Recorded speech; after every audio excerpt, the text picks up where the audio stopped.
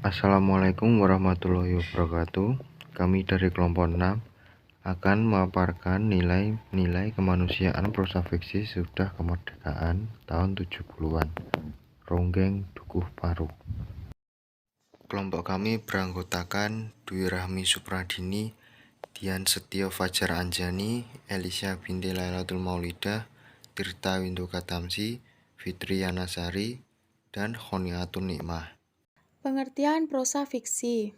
Prosa mempunyai pengertian yang luas karena mencangkup berbagai tulisan. Prosa dalam pengertian kesastraan disebut fiksi, teks naratif atau wacana naratif.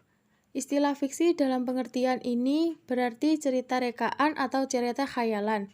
Karya fiksi menceritakan sesuatu yang bersifat rekaan atau khayalan, sesuatu yang tidak ada dan sesuatu yang tidak terjadi sungguh-sungguh sehingga tidak perlu dicari kebenarannya pada dunia nyata. Fiksi merupakan karya imajinatif yang dilandasi kesadaran dan tanggung jawab dari segi kreativitas sebagai karya seni. Nurgihantoro 2010 halaman 2. Namun perlu diketahui bahwa ada juga karya sastra yang mendasarkan diri pada fakta, seperti fiksi historis, fiksi biografis, dan fiksi sains. Prosa fiksi adalah prosa yang berupa cerita rekaan atau khayalan pengarangnya. Isi cerita ini tidak sepenuhnya berdasarkan pada fakta. Prosa fiksi disebut juga karangan narasi atau sugestif atau imajinatif. Prosa fiksi dibagi menjadi beberapa jenis seperti juga jenis memiliki karakteristik berbeda-beda. Tidak semua karya yang mengandung unsur rekaan disebut karya fiksi. Dewasa ini penyebutan untuk karya fiksi lebih ditunjukkan kepada karya yang berbentuk prosa, naratif, atau teks naratif. Secara umum, jenis prosa fiksi dibedakan menjadi 4, yaitu cerpen, novel, roman, dan dongeng. Namun menurut Aminuddin 2004 halaman 66 menyatakan bahwa istilah prosa fiksi atau cukup disebut karya fiksi, biasanya juga disebut sebagai prosa cerita, prosa narasi, dan narasi atau cerita berplot. Karakteristik prosa fiksi tahun 70-an, penuh semangat eksperimentasi dalam berekspresi, merekam kehidupan masyarakat yang penuh keberagaman pemikiran dan penghayatan modernitas. Muncul para pembaharu sastra Indonesia dengan karya-karya yang unik dan segar seperti Sutarji Bahri dan Yudhistira Nugroho dalam puisi, Iwan Simatupang dan Danarto dalam prosa fiksi, Arifin Cenor dan Putu Wijaya dalam teater. Para sastrawan menggunakan konsep improvisasi. Karya sastra yang dihasilkan mengangkat masalah konsep kehidupan sosial masyarakat yang memuat kritik sosial, politik, dan budaya, menuntut hak asasi manusia seperti kebebasan. Bahasa yang digunakan realistis, bahasa yang ada di masyarakat, dan romantis dalam karya sastra terhadap konsepsi pembebasan kata dari pengertian aslinya, didominasi oleh roman percintaan.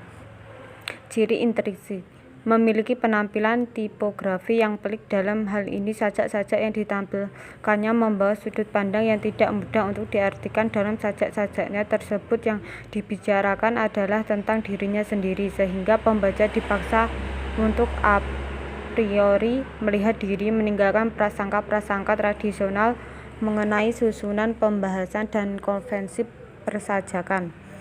Sajak-sajaknya cukup sulit dipahami oleh pembaca, terutama berkaitan erat dengan adanya penggunaan pengulangan yang tidak hanya terjadi pada kata tetapi juga pada kelompok kata ataupun kalimat.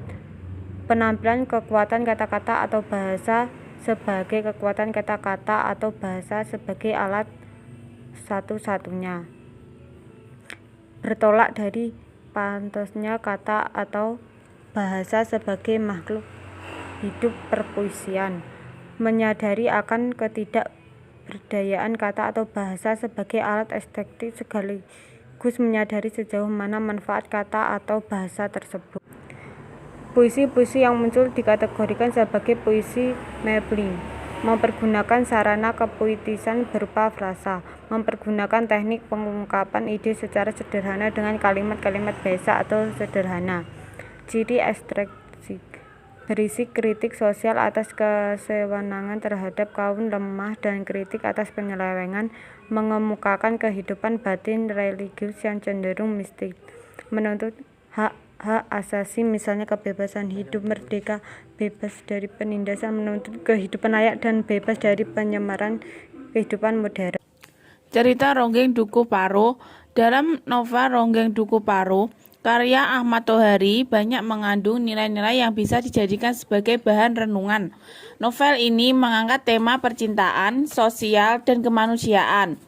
Novel ini menceritakan mengenai suatu perjalanan hidup seorang ronggeng yang pernah menjadi saksi kejamnya kehidupan pada masa G30 SPKI yang bernama Serintil. Ahmad Tohari sempat dirundung kegundahan saat menulis novel ini, antara menyelesaikannya ataupun tidak. Kecemasan dan kekhawatiran dalam hatinya saat memikirkan kalau ia akan menghadapi masalah besar membuatnya memikirkannya berulang kali. Namun, pada akhirnya ia berhasil menyelesaikan seluruh alur cerita kehidupan seorang gadis bernama Serintil yang menjadi ronggeng di sebuah desa yang disebut Dukuh Paro. Sebuah desa kecil yang berada pada ambang kemiskinan, kelaparan, dan kebodohan. Dengan adanya Serintil sebagai ronggeng di desa tersebut, memberikan semangat kehidupan yang baru pada desa kecil tersebut. Nilai-nilai kemanusiaan yang akan dibahas meliputi 4 aspek, yaitu hubungan manusia dengan Tuhan, hubungan manusia dengan manusia lainnya, hubungan manusia dengan alam, dan hubungan manusia dengan diri sendiri. Nilai-nilai kemanusiaan prosa fiksi sesudah kemerdekaan tahun 70-an. Ronggeng Dukuh Paro. Persoalan manusia dengan manusia lainnya. Tolong menolong. Aku bersedia membuatkan badokan untukmu. Sambung Rasus menawarkan jasa. Tak usah, kalau mau ambilkan aku daun bacang. Nanti badokan ini lebih baik, jawab Serintil. Rasus tersenyum. Baginya memenuhi permintaan Serintil selalu menyenangkan. Maka dia berbalik, menoleh kiri kanan, mencari sebatang pohon bacang. Setelah didapat, Rasus memanjat. Cepat seperti seekor monyet, dipetiknya beberapa lembar daun bacang yang lebar. Pikir Rasus, dengan daun itu, mahkota di kepala Serintil akan bertambah manis. Tohari, Ahmad 2003 halaman 5. Cinta dan kasih. Tak kusangka Serintil bisa menari sebagus itu, katanya. Kalau boleh aku ingin menggendongnya, membuainya sampai dia lelap di pangkuanku. Ya, aku pun ingin mencuci pakaiannya. Aku akan memandikannya besok pagi, kata perempuan lainnya. Kalian dengar, Serintil bukan milik orang per orang. Bukan hanya kalian yang ingin memanjakan Serintil. Sehabis pertunjukan nanti aku mau minta izin kepada Nyai Kartareja.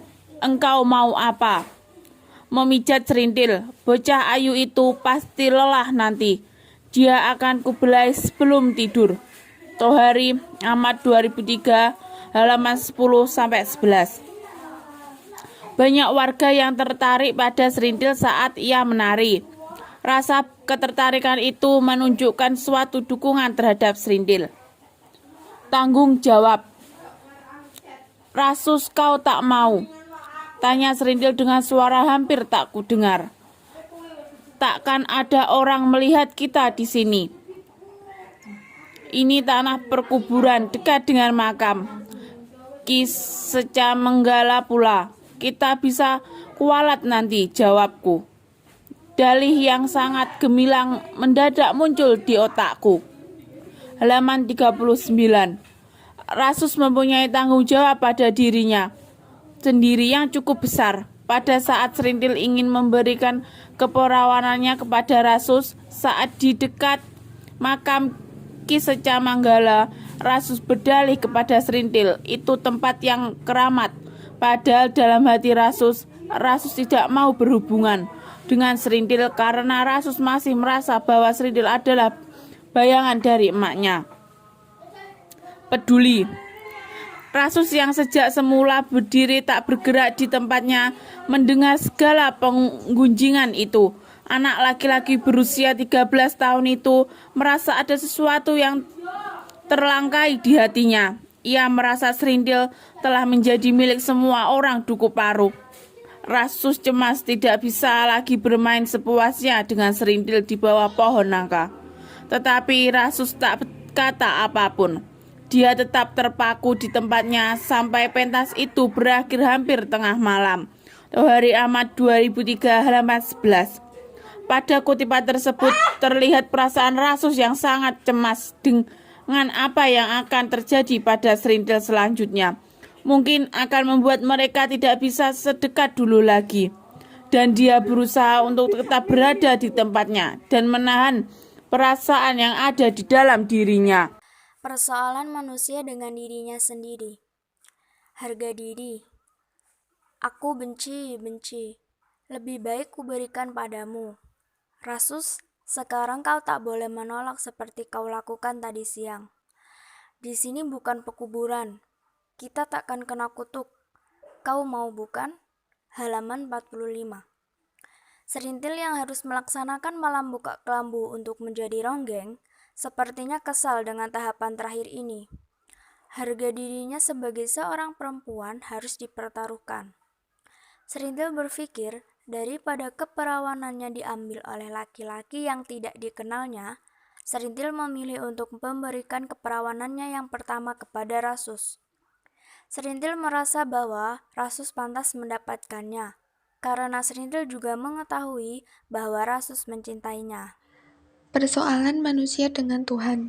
Semua orang Duku Paru tahu Ki Sejamanggala, moyang mereka, dahulu menjadi musuh kehidupan masyarakat, tetapi mereka memujanya.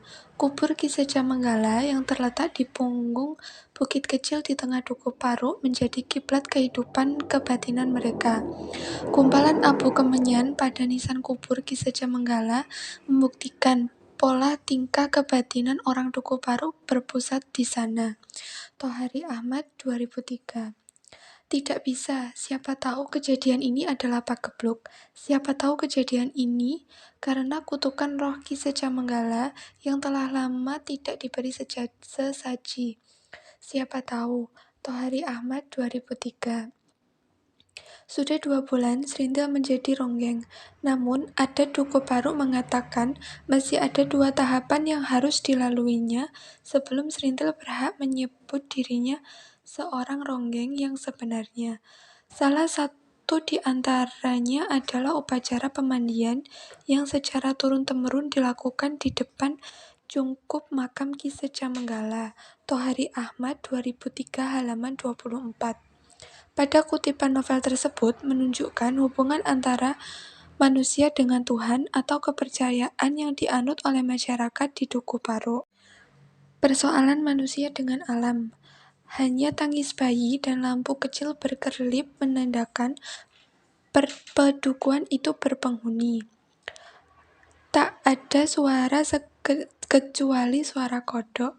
Bangsa reptil itu berpesta pora, bertunggangan, dan kawin. Besok pagi hasil pesta mereka akan tampak.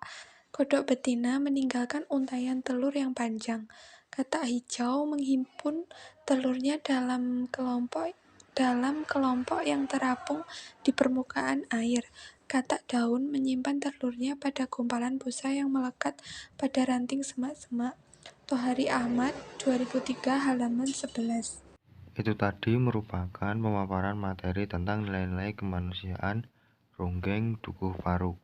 Sekian dari kelompok kami. Wassalamualaikum warahmatullahi wabarakatuh.